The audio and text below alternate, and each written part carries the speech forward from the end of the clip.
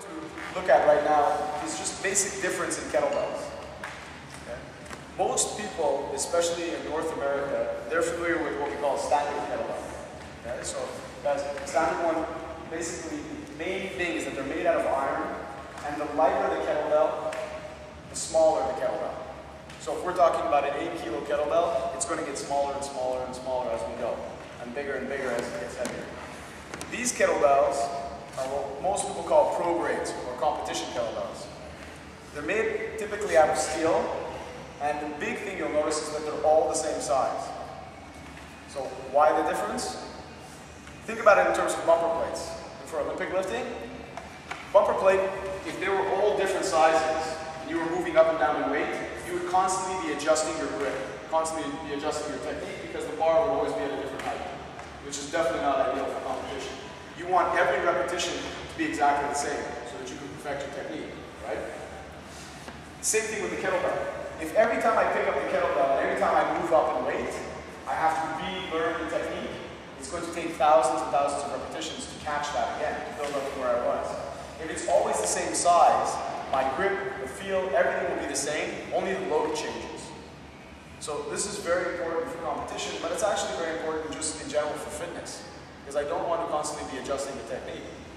The other thing is the placement. No matter how technical you are, when you hold a standard kettlebell, if it's light, it's going to be on your wrist, which is going to cause you pain.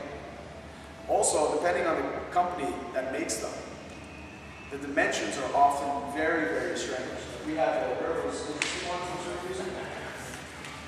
Yeah, so I use the word interesting to be polite. Look at this. It does not matter how technical you are. When you lift this, the dimensions are not right. The space is not going to be right on a clean. It's always going to sit on your wrist and cause pain to your wrist. It's just not made well.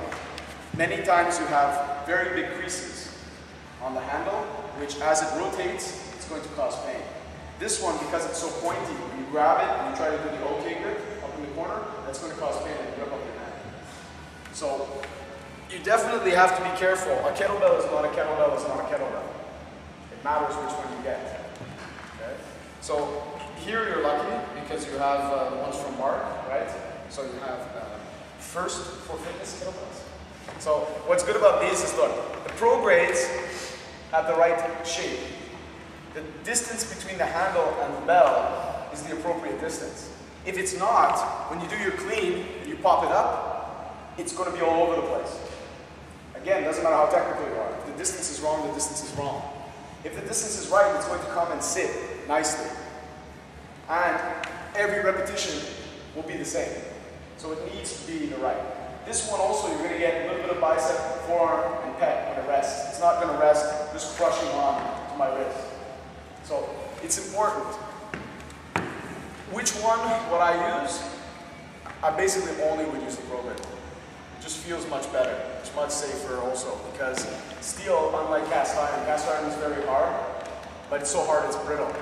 If you drop cast iron kettlebells a lot and bang them around, they can break. Steel is less likely to break. Okay?